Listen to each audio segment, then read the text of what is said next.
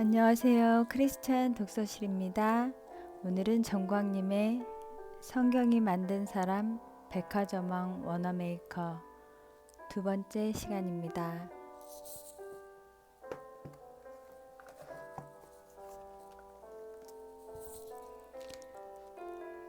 허름한 건물에서 시작된 주일학교. 어릴 적 주일학교에서 꿈을 키우고 성경 공부를 하며 그 말씀에 힘입어 믿음과 소망을 잃지 않았던 워너메이커는 청년 시절 주일학교를 위해 헌신했다. 자신의 정신적인 힘이 되어 주었던 주일학교에서 받은 은혜를 어떤 식으로든 돌려주고 싶었고, 눈을 반짝이며 꿈을 키우는 아이들에게 성경 말씀과 기도를 통해 희망을 주는 일이 마치 자신의 사명처럼 느껴졌기 때문이었다. 처음에는 제1독립교회에서 주일학교 교사를 하다가 좀 더 체계적이고 아이들만을 위한 공간을 마련하고 싶다는 생각을 가졌다.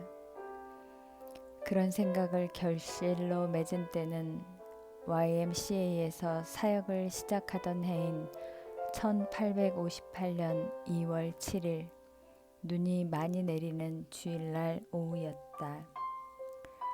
오랜 준비 끝에 뜻이 맞는 몇몇 사람들과 함께 마침내 주일학교의 문을 열었다. 그와 함께 동참한 이들은 미주지역 주일학교 연합회 FH 톨랜드 선교사와 자신의 여동생 메리, 그리고 그녀의 친구 메리 브라운이었다. 주일학교를 시작한 곳은 거창한 곳은 아니었다. 허름한 상가 귀퉁이 건물 2층을 간신히 새내어 시작한 것이다. 그래도 그들의 마음은 충분히 기쁘고 감사했다. 그때 출발한 주일학교의 공식 명칭은 챔버스 선교학교였고, 1년 후 새로운 장소로 이전하면서 베다니 주일학교로 이름이 바뀌었다. 드디어 첫 주일이 되었다. 참석한 아이들은 모두 27명이었다. 그러나 그 장소는 일주일을 넘기지 못했다. 불량배들이 자신들의 관할 지역에 허가 없이 들어왔다고 행패를 부리고 건물을 파손해서 난장판을 만들어 놓았기 때문이다. 할 수 없이 그들은 불량배들의 난동을 피해 그 건물을 빠져나와야만 했다. 그때 그는 단지 젊은 초보 교사에 불과했지만 곧 두려움을 극복하고 이런 일로 주일학교 사역을 포기할 수 없다고 굳게 다짐했다.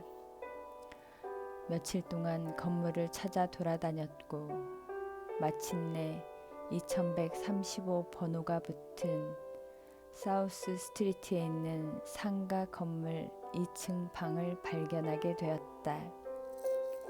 한 달에 $5의 임대료를 지불하는 조건으로 계약을 하고 1858년 2월 14일 다시 새로운 결심과 각오로 주일학교를 시작하였다.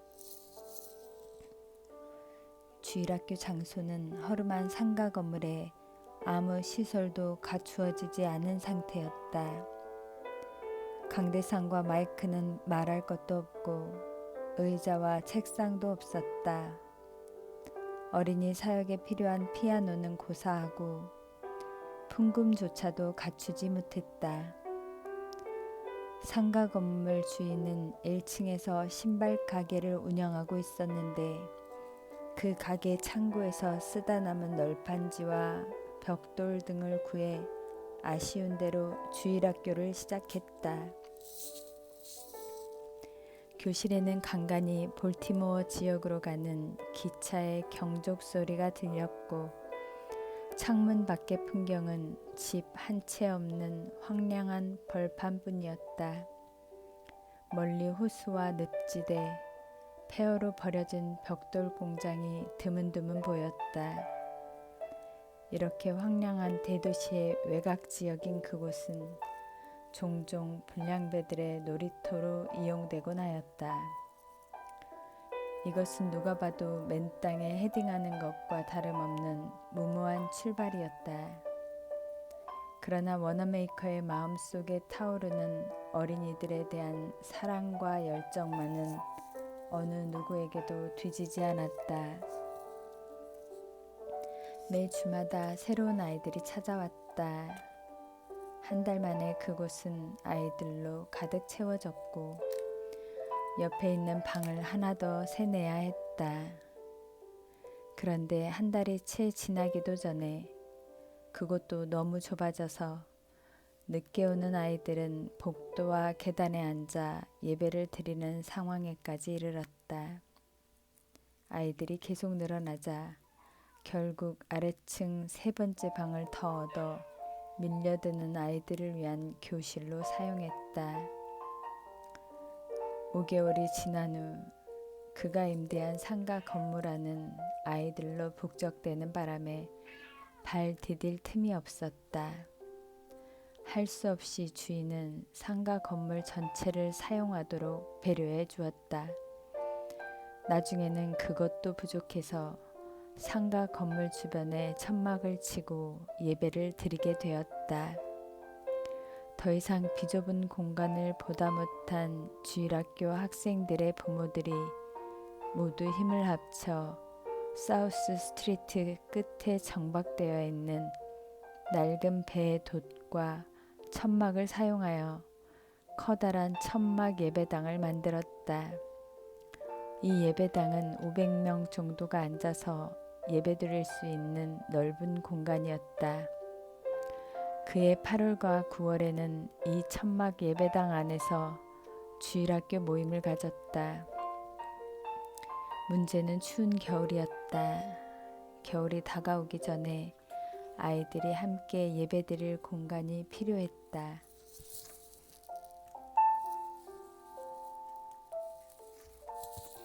그래서 사우스 스트리트 북쪽 지역의 땅을 구입하여 10월부터 교회 건물을 짓기로 결정하였다. 그들은 10월 18일 교회 건물을 위한 주춧돌을 놓았다. 21살의 젊은 교사 워너메이커에게 이것은 하나의 새로운 도전이었고 위대한 역사의 출발이었다. 새로운 건물을 짓는 동안 차가운 날씨로 인해 천막 예배당에서는 더 이상 모임을 가질 수 없게 되었다. 그래서 롬바드 지역의 공립학교를 임대해서 새로운 건물이 지어지는 1년 동안 예배 공간으로 활용하였다. 1년 만에 교회 건물을 완공하고 입당하던 1859년 11월의 추수감사주일에 워너메이커는 교사와 아이들에게 이렇게 감사의 인사를 전했다. 우리가 추수감사절에 맞추어서 새로운 건물을 짓고 이곳으로 이사 오게 된 것은 모두 하나님의 크신 은혜이고 축복입니다. 무엇보다도 감사한 것은 귀중한 어린 생명들을 주님께서 배단위로 많이 보내주셨다는 것입니다. 27명의 학생과 3명의 교사로 시작한 주일학교가 275명의 학생과 17명의 선생님을 확보한 큰 조직으로 성장하게 되었습니다. 그렇지만 이러한 성장도 우리의 꿈을 이루어 나가는 일의 시작에 불과합니다. 앞으로 10배, 아니 그보다 더 원대한 목표를 향해 나아가야 할 것입니다. 작은 성공에 도취되어서는 큰 일을 이룰 수 없습니다. 겸손히 우리는 하나님께 붙어 있어야만 합니다. 워너메이커의 주일학교 성장 보고는 항상 긍정적이었고 모든 이들에게 꿈과 희망을 제시하였다. 베다니 주일학교 사역은 다른 교회의 주일학교 사역보다 항상 한 걸음씩 앞서 나갔다. 교회 건물이 완공되고 주일학교는 주일 오전, 오후, 그리고 저녁까지 예배와 각종 프로그램을 활발하게 진행하였다. 주변의 목회자들이 설교를 자원하였고 이들 중에는 그의 은사였던 존 챔버스 목사도 있었다. 그는 출발부터 전통적인 방식의 주일학교보다는 새로운 방식의 주일학교를 염두에 두었다. 그는 더 나은 방법을 항상 고안하는 아이디어맨으로 어린이의 눈높이에 맞는 예배와 찬양과 성경 공부 등을 시도했다. 또한 다양한 특별 활동으로 아이들이 좋아하고 기쁘게 참여할 수 있는 주일학교를 만들어 나갔다.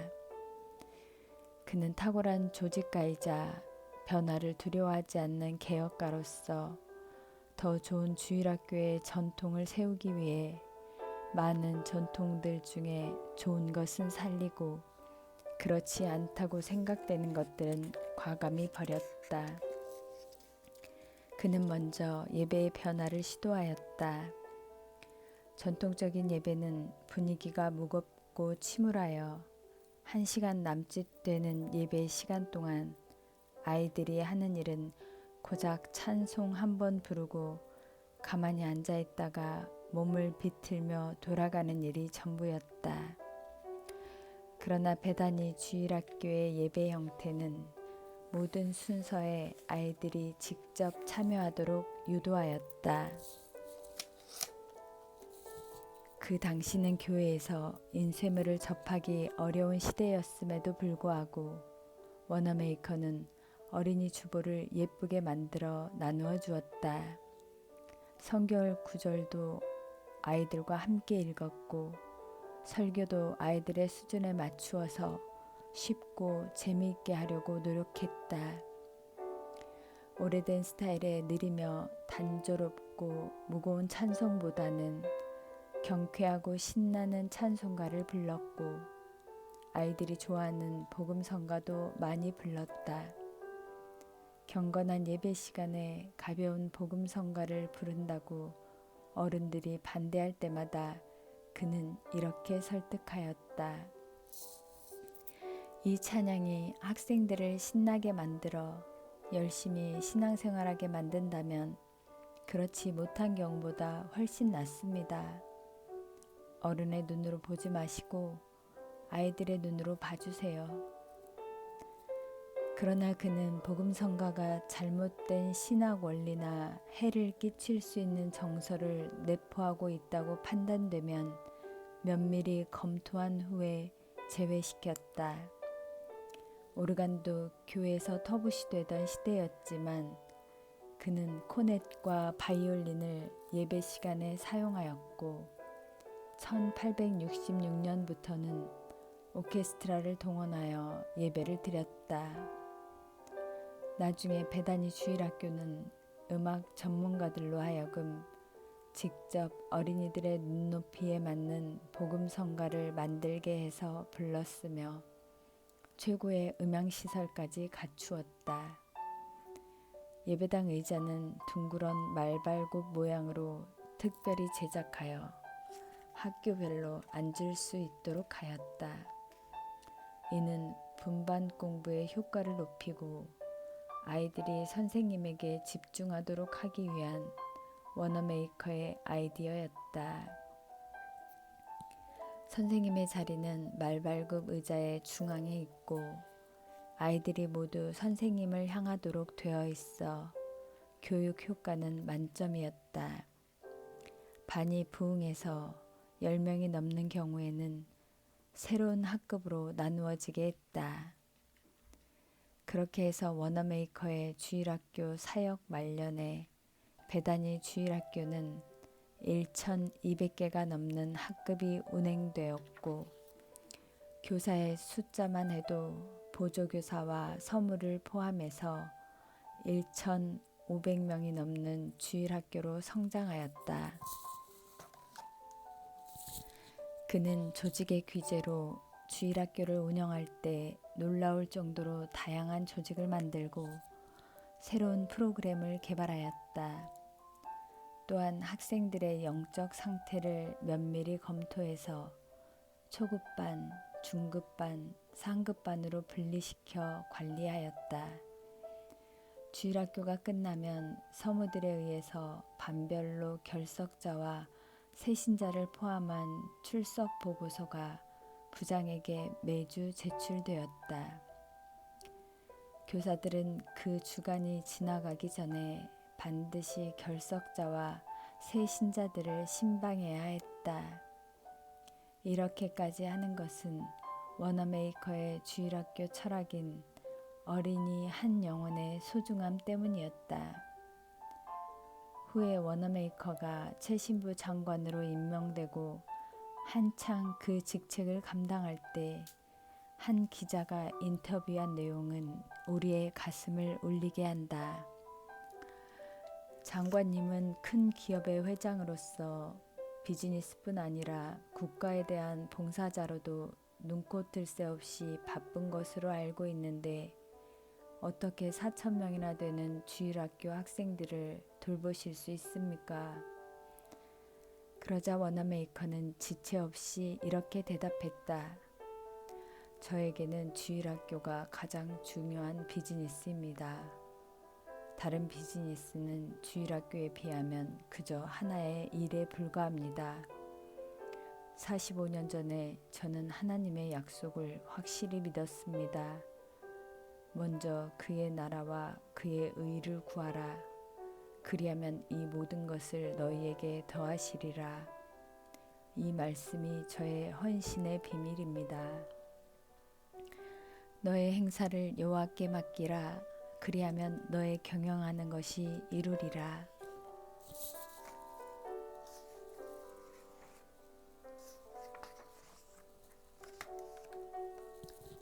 교회 섬김에 열심이었던 워너메이커.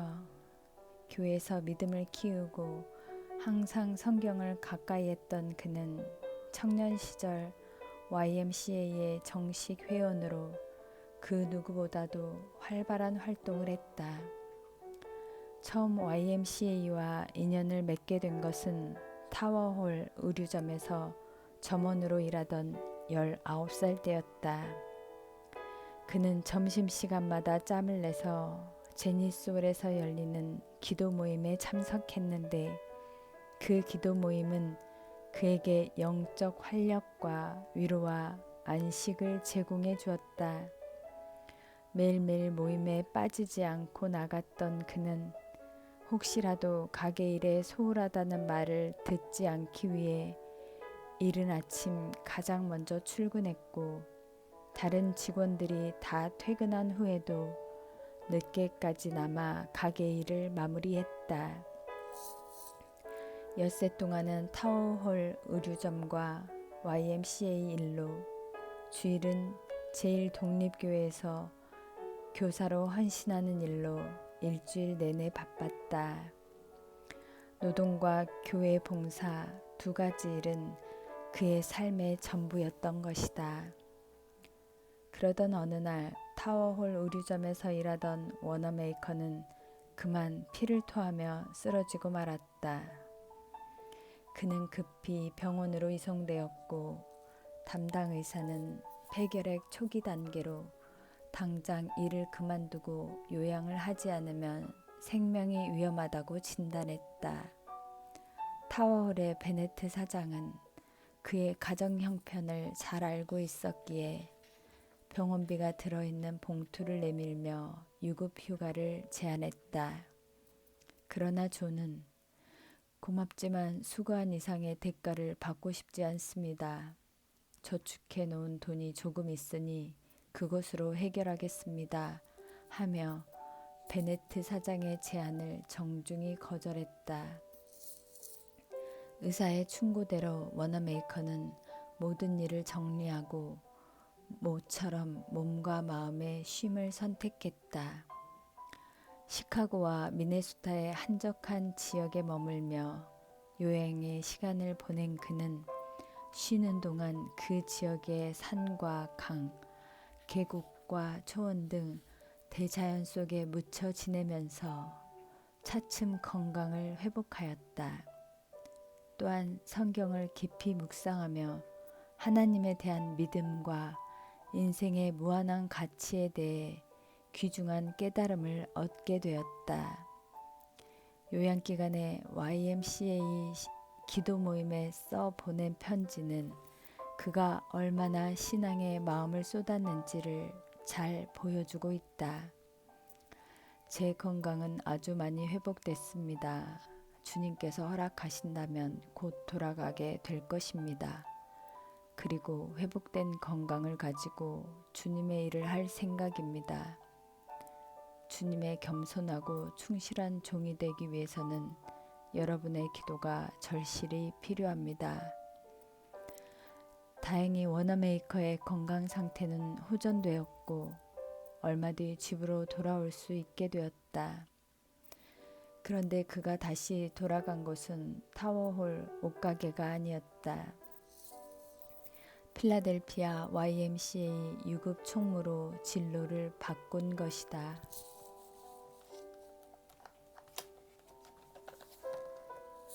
주위 사람들이 모두 놀랄 정도였다.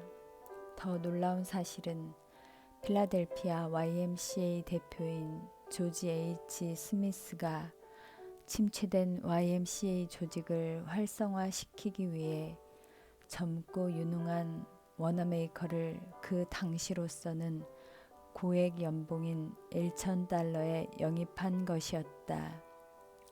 워너메이커는 입사한 지 첫 해가 가기 전에 연봉 $1,000의 가치가 있는 사람임을 입증하였다.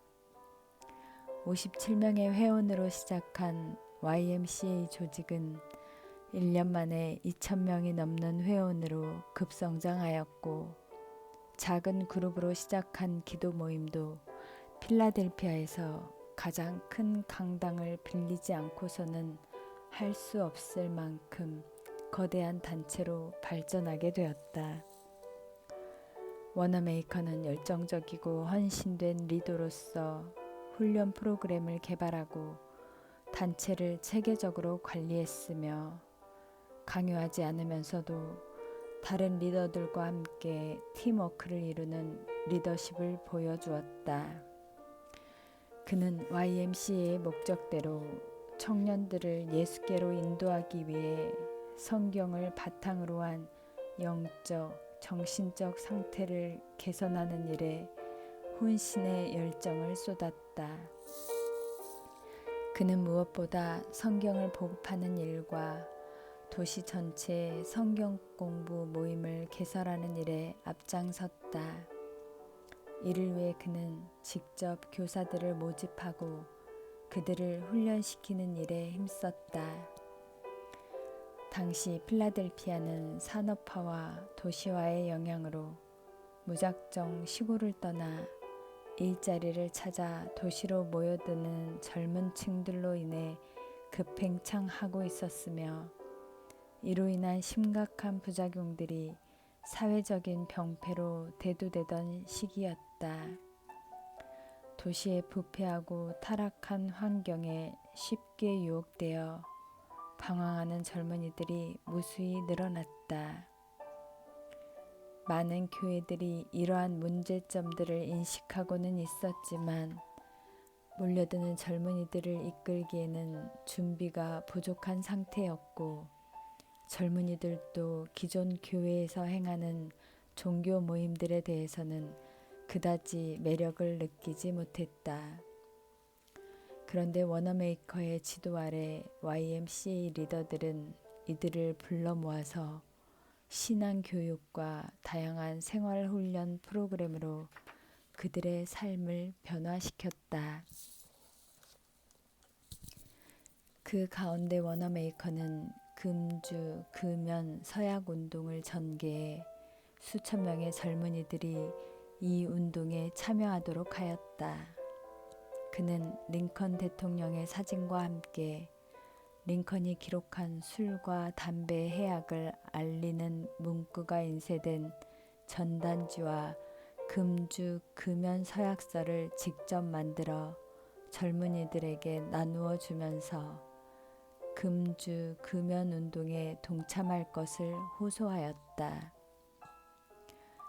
이렇게 활발히 활동한 그는 1861년 오컬 의류점을 창업하면서 새로운 비즈니스에 전념하기 위해 3년간 섬기던 유급 총무의 자리에서 물러났다. 그렇지만 필라델피아 YMCA 대표 조지 H. 스튜어트의 사임으로 인해 1869년 이후 그는 계속해서 YMCA 대표의 자리를 잇게 되었고 평생 동안 단체의 책임자와 후원자의 자리를 감당하면서 젊은이들을 이끄는 일에 헌신하게 되었다. 그는 그해 여름 도시 곳곳에 300여 개 이상의 종교 모임들을 만들었으며 기존 교회 예배와의 마찰을 피하기 위해 주일날 아침과 수요일 저녁을 제외하고는 매일 YMCA 모임을 운영해 청년 부흥 운동을 주도하였다. 청년들이 구름대처럼 몰려들자 YMCA 회관 건립의 필요성을 절감하게 되었고 드디어 얼마 되지 않아 당시로서는 가장 웅장하고 멋진 회관을 필라델피아에 건립하게 되었다. 회관 건립 모금을 위해 유명한 부흥사이며 시카고 YMCA 회관 건물을 세우는 데 공헌한 D.L. 무디가 초청되었으며 이때 워너메이커는 회관 건립에 필요한 거액의 헌금을 봉헌하였다. 당시 필라델피아 지역에는 3만 2천 명의 흑인들이 살고 있었는데 흑인 목회자들의 요청으로 그는 첫 번째 흑인 지도 자문위원 일을 맡게 되었으며 흑인 목회자들과 협조하여 YMCA 흑인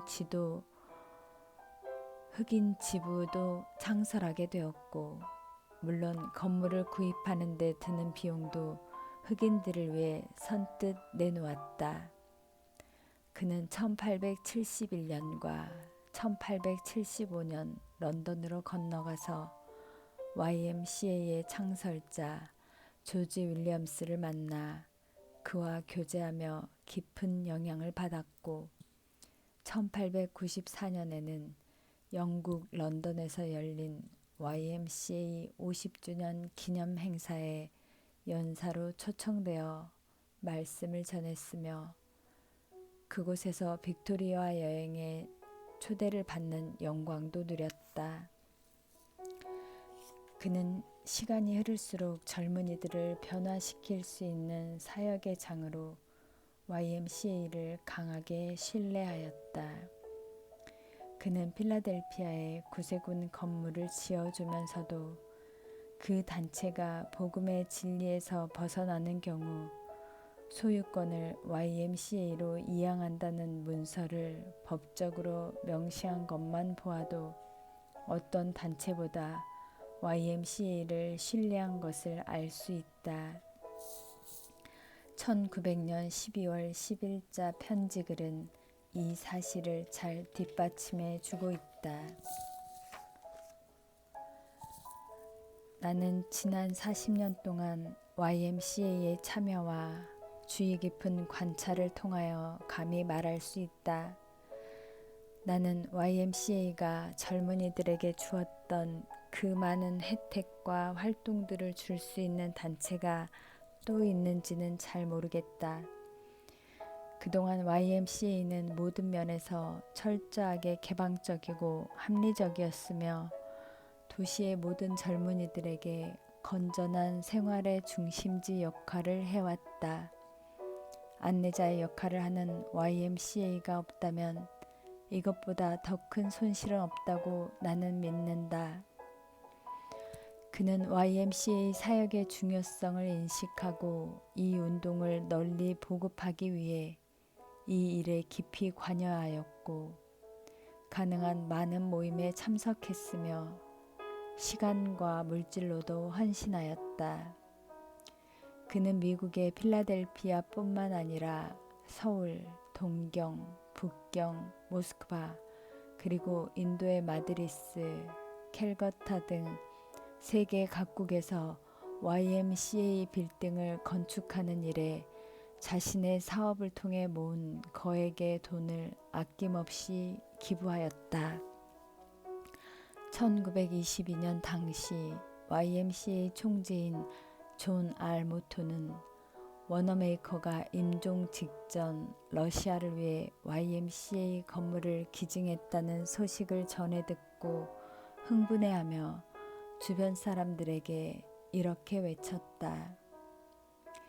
존 워너메이커가 방금 임종 직전에 또 하나의 YMCA 건물을 기증했습니다.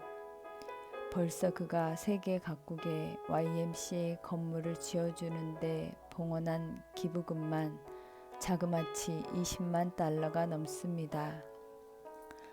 워너메이커는 19살에 YMCA 회원이 된 이후에 평생을 YMCA와 함께했다. 그가 60년이 넘는 기간 동안 YMCA에 끼친 영향은 정말 헤아리기 어려울 정도로 많다.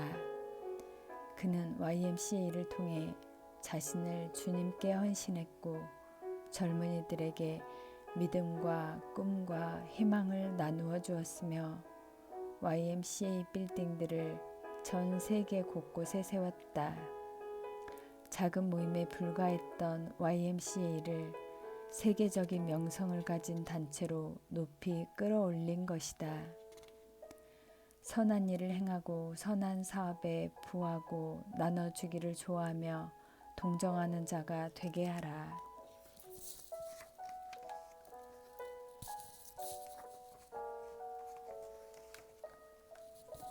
YMCA 활동과 주일학교 교사로 바빴던 워너메이커였지만 틈틈이 사업에 관한 구상도 게을리하지 않았다.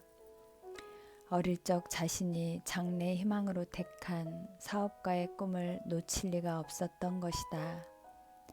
상점에서 점원 일을 부지런히 했던 그는 나름대로의 창업 아이템과 마인드를 철저하게 세우고 일을 추진해 나갔다. 드디어 1861년 워너메이커는 나산 브라운과 함께 각각 2,000달러씩 투자하여 워너메이커와 브라운 오크홀 의류점을 창업했다. 사실 그 해는 새로운 사업을 시작하기에 적당한 때가 아니었다. 링컨 대통령이 노예 해방을 외치면서 나라가 남쪽과 북쪽 주로 갈려 전운이 감도는 긴장 상태였기 때문이다. 그런 상황에서 창업하는 일은 그만큼 위험부담을 안고 있었다. 그렇지만 워너메이커는 오랫동안 준비했던 창업을 더 이상 늦추거나 포기할 수 없었다. 그는 계획대로 밀고 나가기로 결심하고 필라델피아 하이스트리트에 남성복 전문 의류점을 개업하였다. 그리고 4일 후 우려했던 대로 남북 전쟁이 발발했다. 누가 보아도 워너메이커의 사업의 출발은 어둡게만 보였다. 그러나 그런 위기에 진정한 인물은 두각을 나타내는 법이다. 워너메이커와 나산 브라운은 주저앉지 않고 어려서부터 몸에 밴 개척 정신과 근면, 절약 정신을 발휘했다. 또한 새로운 사업 아이디어를 동원해 위기를 기회로 만들어 나갔다. 그 둘은 손발이 척척 맞는 아주 이상적인 동업자였다. 워너메이커는 앞에서 비전을 제시하며 이끌고 나가는 리더형이었고 나산 브라운은 뒤에서 꼼꼼히 잘 챙겨주고 받쳐주는 참 모형이었다. 나사는 워너메이커에 대한 강한 신뢰감이 있었고 항상 그로 하여금 앞장서서 일하도록 도와주었다. 그들은 사업 초기부터 이윤이 얼마가 되든지 최소 생활비만을 제외한 나머지를 사업 확장에 재투자하기로 서로 동의하였다. 오크홀 상점은 6층 건물의 1층에 위치해 있었다. 크기는 약 68평 정도의 매장으로 모든 연령층의 남성복만을 판매하는 전문 의류점이었다. 뉴욕의 대사업가 A.T. 스튜어트는 그들에게 30일 동안 외상으로 물건을 공급해 주었고 다른 의류업체들로부터도 기성복들을 구입해 판매하기 시작했다. 그가 비즈니스 초기에 썼던 일기를 보면 오크홀 의류점에서 공급받은 품목을 꼼꼼히 기록해 놓은 것을 알 수 있다. 첫날에는 손님이 많지 않아 매상이 $24 67센트에 불과했다. 그러나 그 다음 날부터는 꾸준히 고객이 늘어나서 사업의 전망을 비교적 밝게 해주었다. 첫 주간 장사한 현금 출납부 기록을 보니 상점 설비에 드는 비용으로 $365, 영수증 종이로 $1, 옷감 견본으로 $1 50센트, 비누값으로 25센트, 광고비로 $24 68센트, 저녁 식사로 50센트, 재단사 알 하그턴 주급으로 $24 4센트가 지출된 것으로 되어 있었다. 결국 첫 주 영업은 수입보다 지출이 많아 적자가 되었다. 그러나 그들은 실망하지 않았다. 그리고 그 다음 주에는 군복과 경비원 유니폼을 계약하는 행운을 안게 되었다. 군복을 조달하는 일을 위해 또 다른 재단사들을 고용함으로써 오크홀 의류점은 동시에 제조업과 소매업을 하는 상점으로 발전하게 되었다. 워너메이커는 오크홀 의류점을 창업하면서 새로운 비즈니스를 꿈꾸었고 그에 관한 원칙도 세웠다. 그는 비즈니스가 제대로 행해졌을 때 주인과 고객 양쪽 모두에게 이익이 된다고 확신했다. 그리고 그 당시로서는 새로운 개념인 고객의 권리를 생각해냈다. 비즈니스맨은 고객을 왕으로 여기고 봉사해야 한다를 대전제로 모든 비즈니스 원칙을 수립한 것이다. 고객을 왕으로 섬기기 위해서는 고객이 무엇을 원하는지를 연구하는 것이 필요했다. 그리고 연구 끝에 발견한 4가지 중요한 원칙을 신문 지면을 통해 관고하였다. 이러한 원칙은 평생토록 변하지 않았다. 비즈니스의 4가지 필수 원칙. 1. 정가 판매를 실시한다. 2. 상품의 품질 표시를 하여 소비자의 알 권리를 돕는다. 3. 반드시 현금 거래를 한다. 4. 구입자가 원하면 언제라도 반품 교환할 수 있다.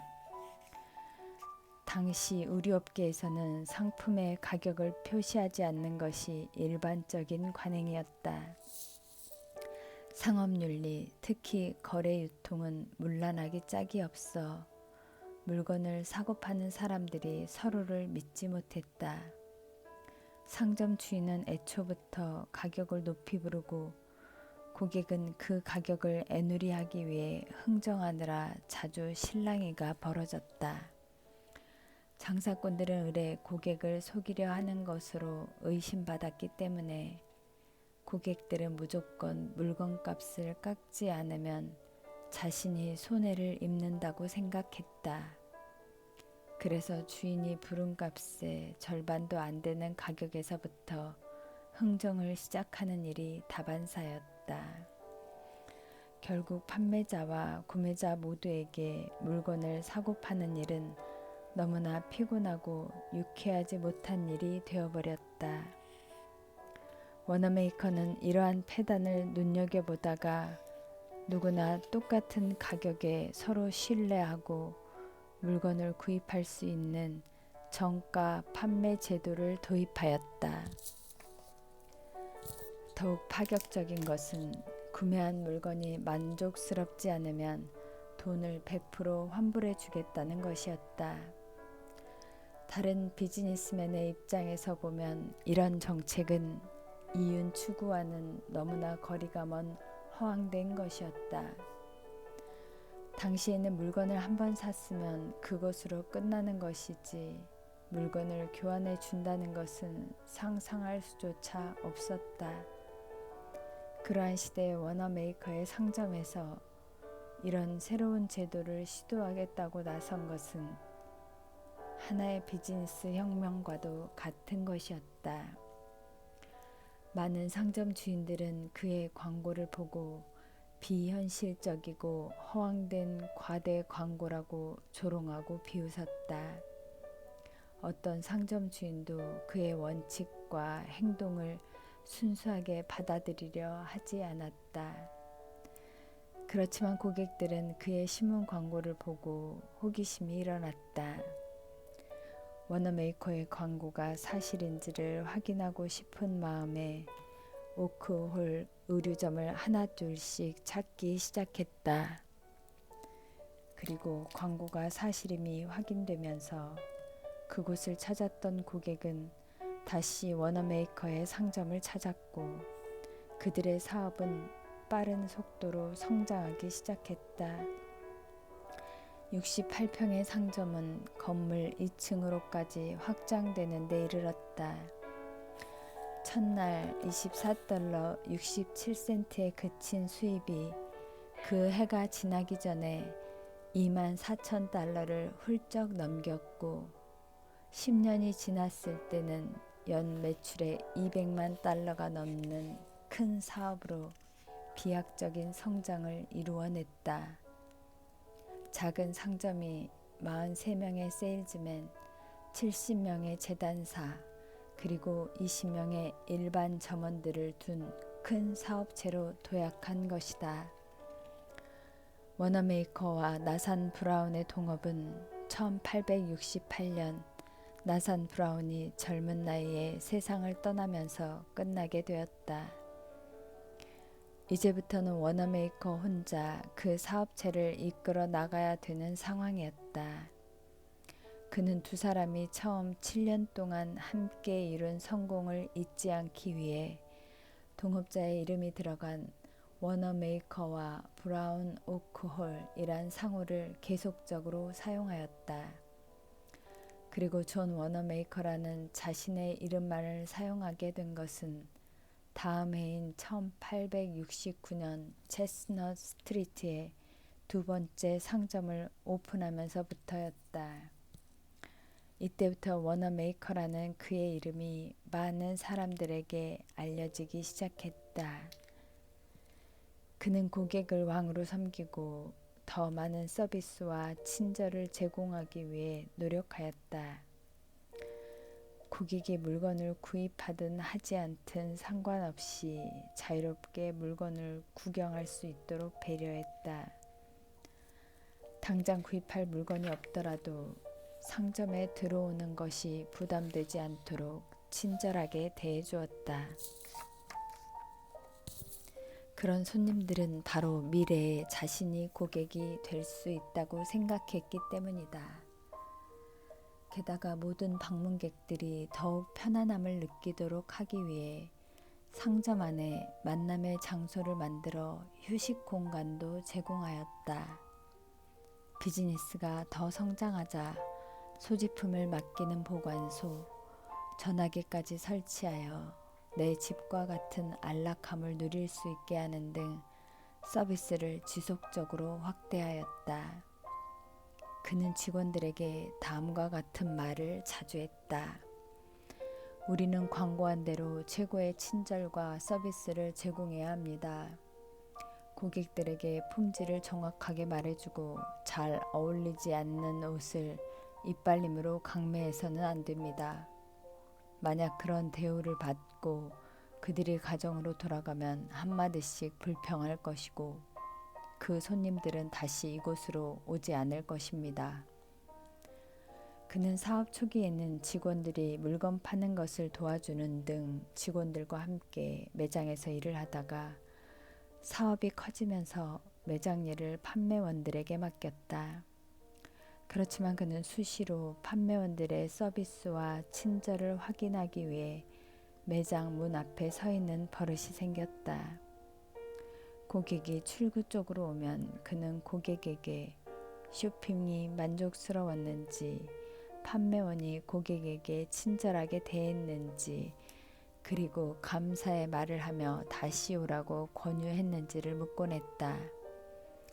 만약 고객이 아니오라고 대답하면 그 판매원은 고객을 왕으로 섬기는 교육을 다시 받고 매장 일을 해야만 했다. 이처럼 워너메이커는 상업 윤리가 세워지지 않아 부도덕하던 시대에 비즈니스의 중요한 원칙을 제시하였고, 본인 스스로도 성실과 인내로 이러한 원칙을 충실히 지킴으로써 새로운 비즈니스 시대를 열었다. 모든 다른 분야의 개척자들처럼 그도 처음에는 끊임없는 구설수에 휘말렸으나 차츰 인정을 얻게 되고 결국에는 비합리적인 풍토를 송두리째 바꾸는 역할을 감당하였다. 이것이 바로 우리가 그를 현대 비즈니스의 개척자로 부를 수 있는 이유가 된다. 내 시작은 미약하였으나 내 나중은 심히 창대하리라. 감사합니다.